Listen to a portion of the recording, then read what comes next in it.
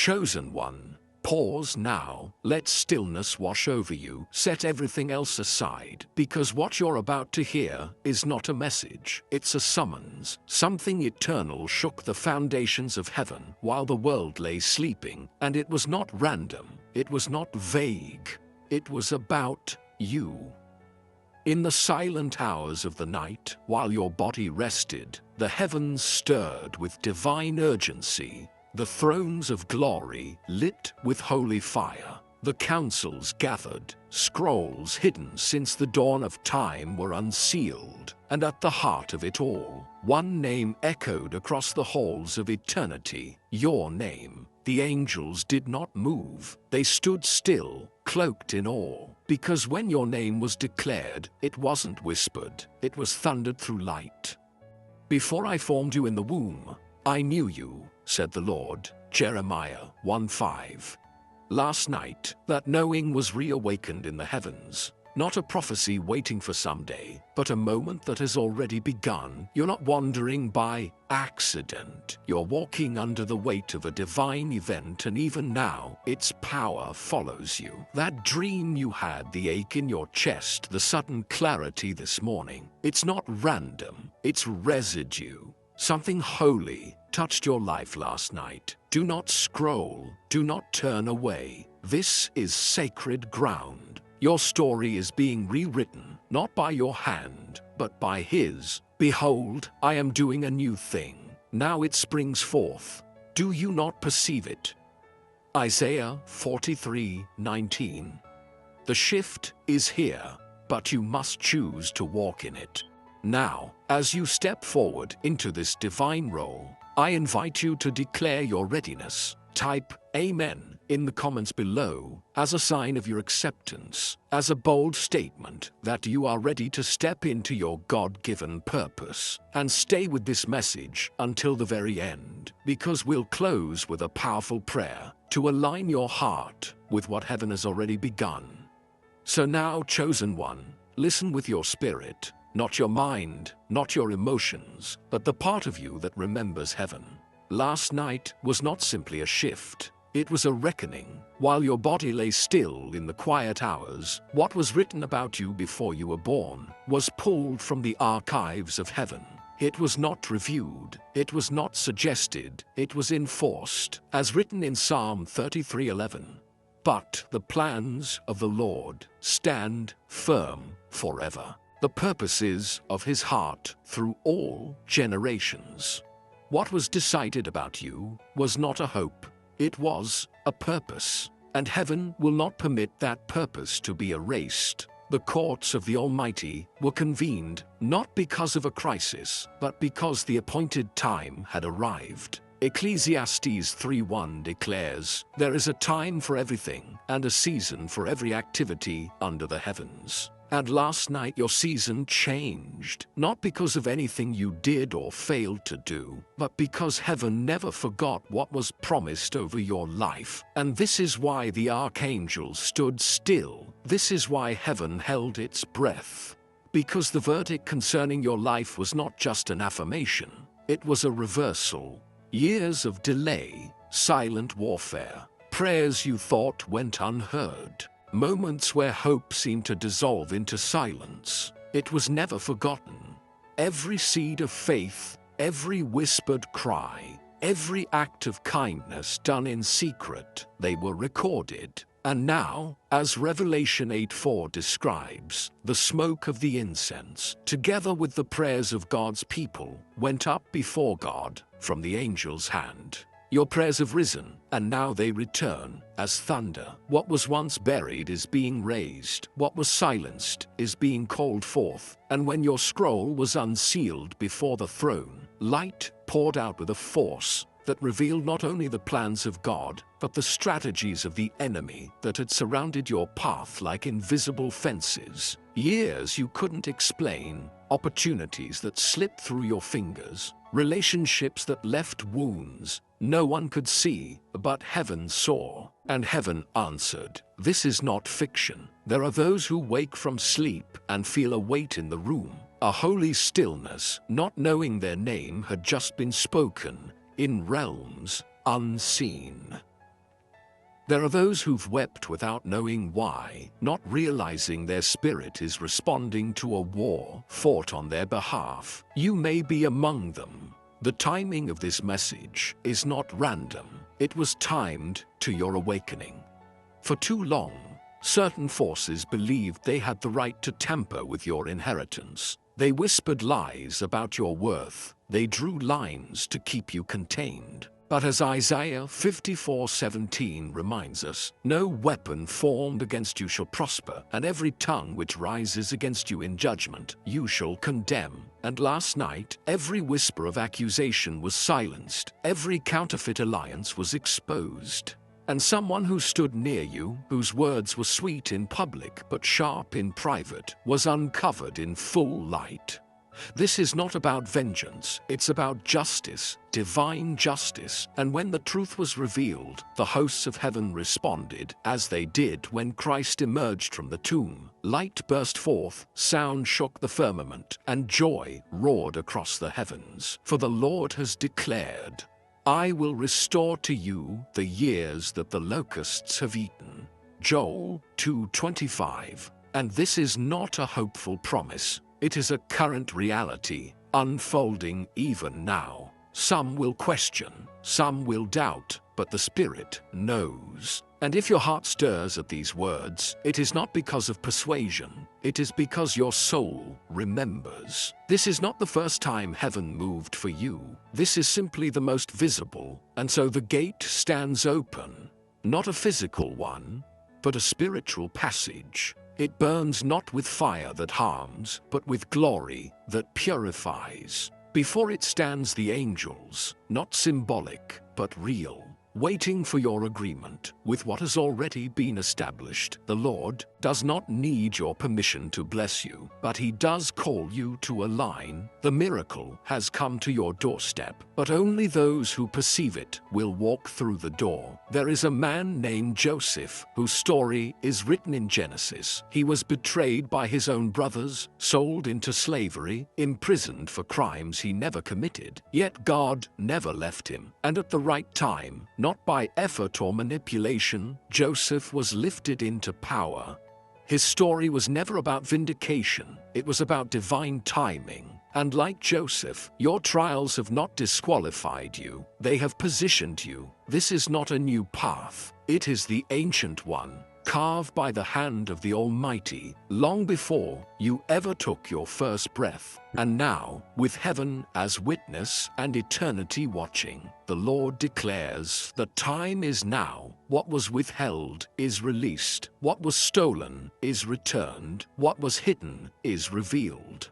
What transpired last night was not merely a shift. It was not a dream or a spiritual moment meant to be interpreted loosely. It was a divine upheaval, an irreversible act of heaven. Something was issued in the highest realm, and even now, it echoes through creation. Realms unseen were shaken. Thrones stood at attention.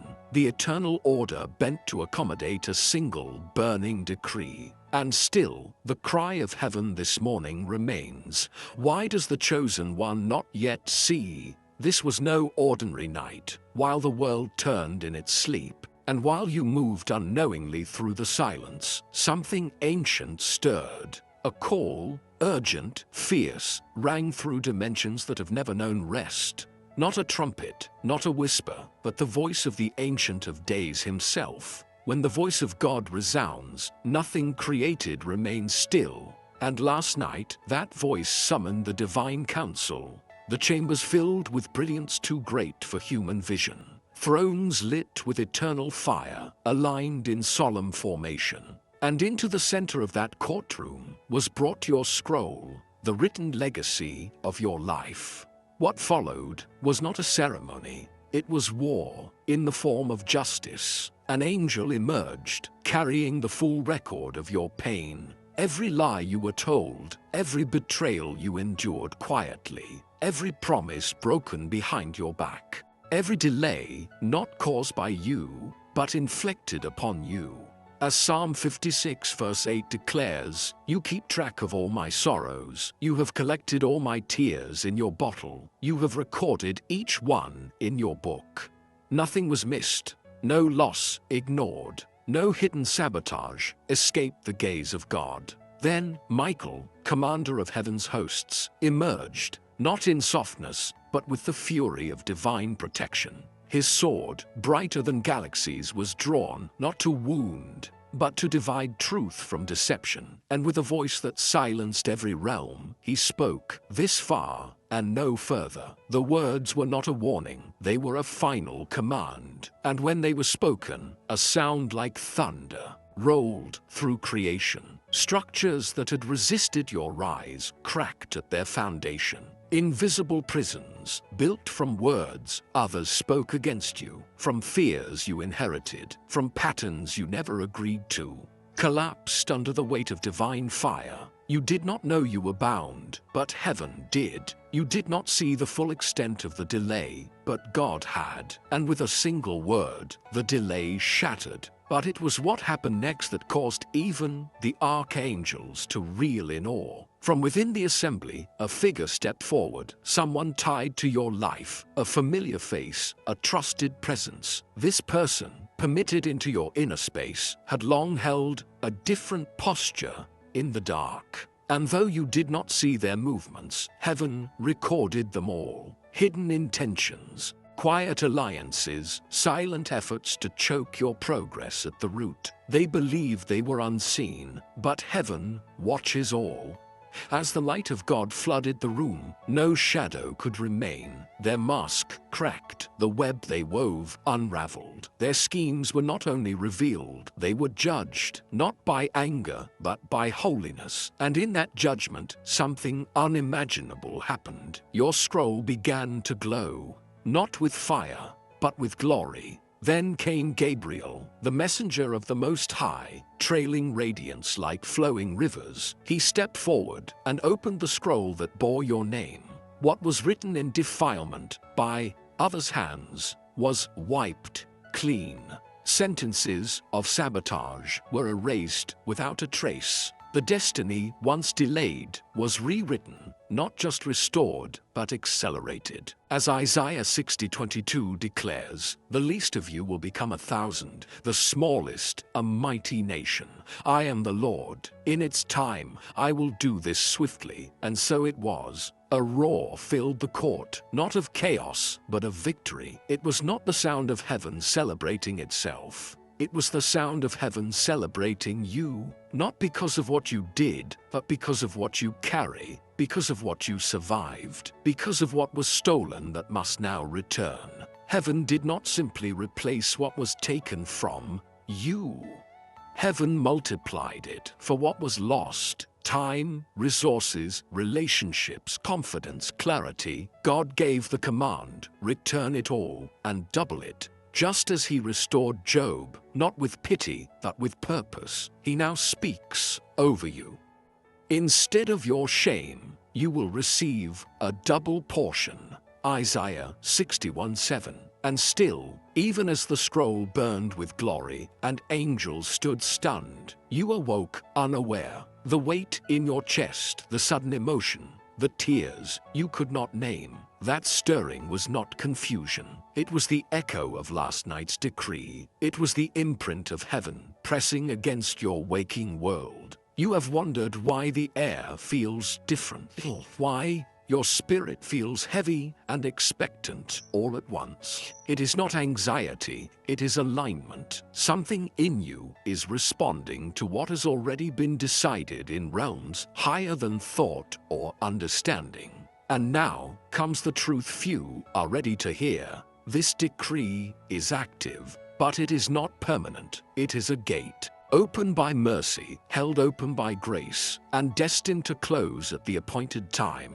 The Lord is not forcing your next step. He is simply revealing what stands before you, and what was judged in your favor cannot be left unrecognized, because this moment, this stretch of time you are now in, is not just a season, it is a divine window. Before the final veil is lifted, before the fullness of the divine decree is revealed, there is one last truth that must be made known. one that has nothing to do with the exposure of your enemies or the return of stolen blessings. This truth lies deeper. It is not about what happened around you, but what heaven did within you. Because while the heavens warred for your destiny and verdicts were declared in your favor, there was another work unfolding in quiet reverence. The restoration of the temple that is you, as the thunder faded from heaven's court and the fiery proclamations settled into stillness. A new procession began, one marked not by warfare, but by the healing rhythm of grace. The angels, who had stood like warriors moments before, now moved with the gentleness of midwives and builders. No longer brandishing swords, they carried instruments of light and oil. Their mission was not defense, it was design, not justice, but inner resurrection. Because heaven understood a truth that many overlook. If your spirit remains cracked by sorrow, even the most glorious future will crush you. As Psalm 51 verse 6 says, "Behold, you desire truth in the inward parts, and in the hidden part you will make me to know wisdom." So heaven came not just to restore what was lost, but to remake who you are. You may not remember it with your mind, but your spirit does. Even now, echoes of that divine touch linger. Last night, unseen by human eyes, the hosts of the Most High drew near. They laid their hands upon the fractures you'd hidden, even from yourself, the pain you never voiced, the questions you buried beneath survival, the parts of you hardened by disappointment and dulled by delay. One by one, those sacred wounds were met, not with reprimand, but with light, not the kind of light that flickers and fades, not symbolic light made of metaphors, but the living, breathing light of God's own presence, what John called the true light, which gives light to everyone.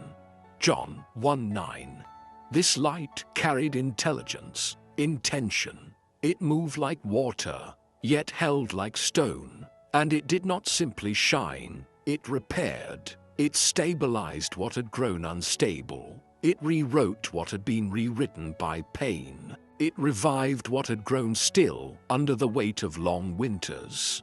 The angels touched your thoughts where confusion had taken root. They touched your heart where grief had settled. They strengthened the core of your soul, preparing it to carry what was coming. Because heaven knew a restored calling means little if the carrier cannot hold it. Just as the walls of Jerusalem had to be rebuilt before the temple could be filled with glory, Nehemiah 6:15-16, so too did your inner being need to be reconstructed before your divine assignment could be fulfilled.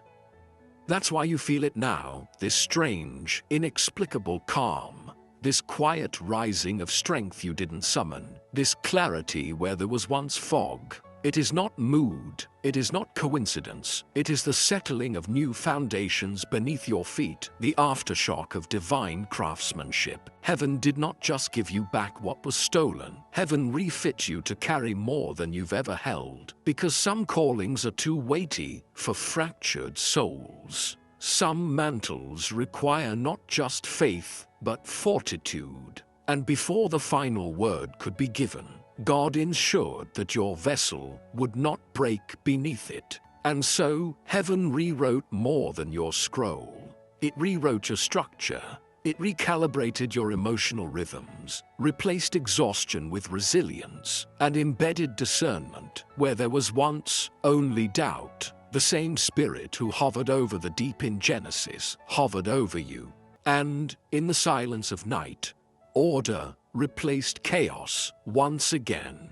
Now, as you move forward, even unaware, you are not walking in the same frame. You are walking in something fortified, reinforced, purified. Because heaven does not simply give blessings, it gives the capacity to keep them. So when the final veil lifts, when the last mystery is revealed, and the full weight of your calling is made known, You will not falter. You will not bow beneath the magnitude. You will rise, and you will walk forward, not merely as one who was rescued, but as one who has been rebuilt by the hand of God Himself. You have already heard of the verdict spoken in your favor. You have witnessed in spirit the exposure of hidden saboteurs, the release of blessings long withheld, the rewriting of your scroll. And yet, all of that was only preparation, only the opening act. There was a moment, sealed until now, that changed everything.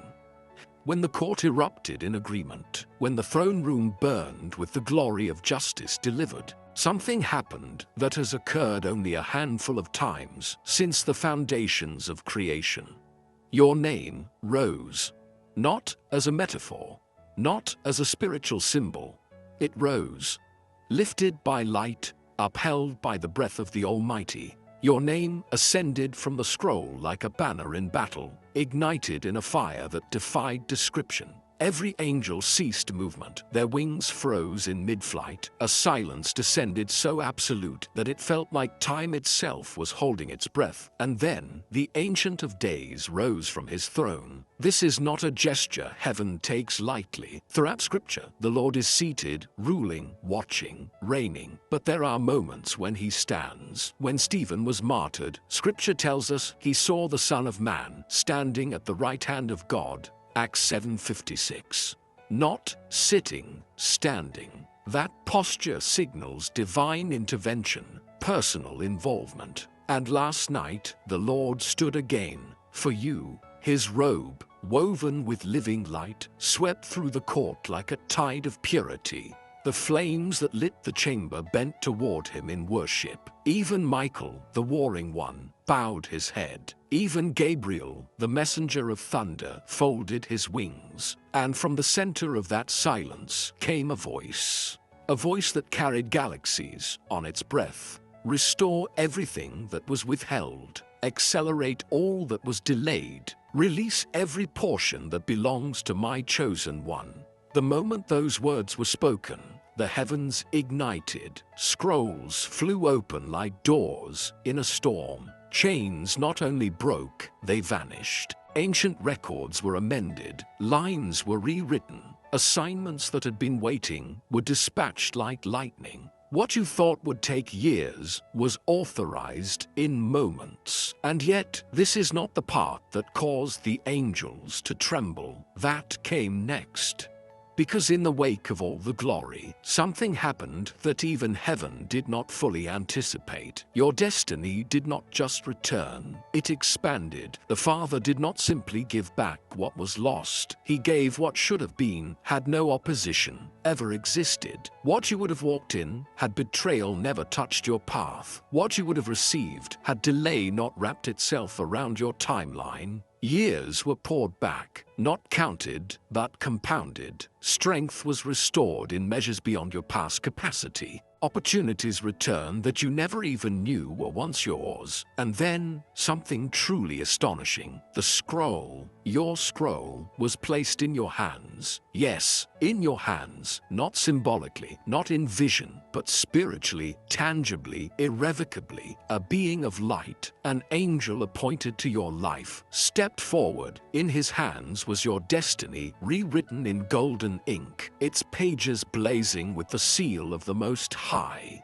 The scroll was no longer vulnerable to the interference of others. It was sealed, not with wax or ribbon, but with light, living light, eternal light. The seal bore the unmistakable mark of God Himself. No force, no voice, no power could undo what had been done, and your spirit, though resting, received it. But here lies the mystery that unsettled heaven. While your spirit accepted what was handed to you, your mind has not yet caught up. Your voice has not yet echoed the decree. Your heart has not yet wrapped itself around the magnitude of the shift. And so the angels, who stood in awe just hours before, now cry out, not in confusion, but in longing. How does the chosen one not know?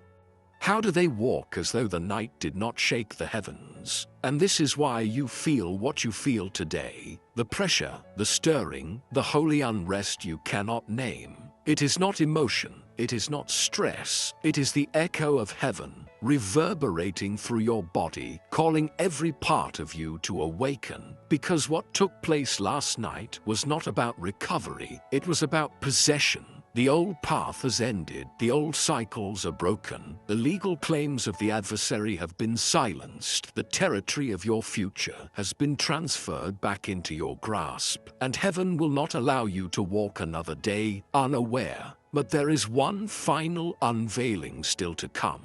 The battle was not random. The opposition was not accidental. The interference had a deeper source. The one who rose against you did not act alone. And heaven has kept this final truth reserved for the chosen. Those who must know the why before they carry the what. Why were you targeted? Why was the warfare so fierce? Why did heaven respond with such force? That truth is near now. It is the final key, and it will explain everything. There was a moment in the courts of heaven last night, so sacred, so final, that even the angels who have stood since the foundations of time bowed in silence. The verdict had been spoken. Your scroll had been rewritten in fire. Your inheritance restored, your future unsealed. The enemy's influence over your path had been cut off, and yet God was not finished. The throne room held its breath as the voice of the Most High spoke one last command: reveal the adversary. The court darkened, not with fear, but with the weight of divine justice descending. A veil was pulled back, and standing behind it was not a stranger, not a distant threat, but a presence once welcome near. Heaven revealed what had been hidden in plain sight, the face of the one who stood in your way, not a symbolic enemy, not a general force of darkness, someone who once had access to your life, access to your voice, your wounds, your rhythm, your rest. They had walked close enough to observe what others never saw, and they had used that access not to cover you, but to slowly choke the divine flow over your life. Their betrayal was not loud, it was subtle. That's how sabotage often works. Coated in familiarity, disguised as support, hiding beneath words that sounded kind but were laced with jealousy, fear, or control. Heaven exposed it all. The secret criticisms spoken behind your back. The manipulation masked as counsel. The spiritual agreements made in darkness that attempted to pull your life into patterns of limitation. Psalm 64, 5-6 echoes this. They encourage each other in evil plans. They talk about hiding their snares. They say, "Who will see it?" They plot injustice and say, "We have devised a perfect plan." Surely the human mind and heart are cunning, but God sees the heart. And last night, He judged not only the actions of your adversary, but the intentions behind them. Their alliances unraveled, their words, recorded in the archives of heaven, were silenced. Their unseen grip on your journey was broken in an instant. Michael's sword fell. Gabriel's voice sealed the decree, and the sound that followed was not of vengeance. It was of release. Yet heaven knew this. Removing the person was not enough, because their presence had left residue. Their words had shaped your decisions. Their limitations had become part of your inner landscape. Like thorns growing beneath a garden, they had twisted into your confidence, your timing, your sense of clarity. And so heaven removed not only the person, but the effect they had on you. The hesitation that lingered, the weight that clung to your steps, the loop of almost but not quite that haunted your progress.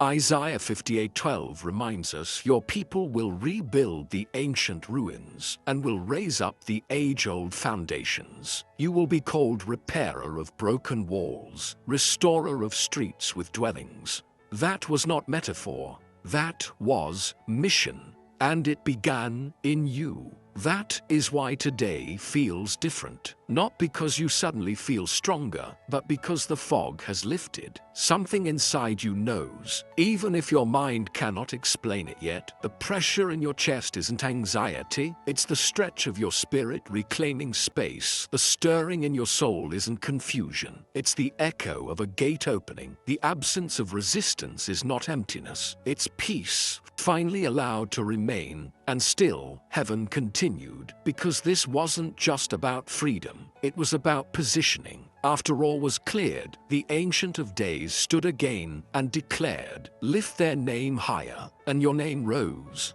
not in pride, but in divine alignment. It ascended past every accusation, above every delay, beyond every ceiling that others tried to set over your life. For you had been elevated in the spirit. Your rank increased, your reach expanded, not by effort, but by edict, not by merit, but by mercy. Like David, who was anointed king while still tending sheep, your environment did not reflect your promotion, but your scroll did. The angels watched in awe, not at your power, but at the trust God had placed upon you. For he does not elevate lightly. He does not hand over authority to the unformed. And you had been formed in fire, shaped by disappointment, refined in silence, tested in waiting. What God placed upon you was not random. It was earned in surrender. But the angels also watched something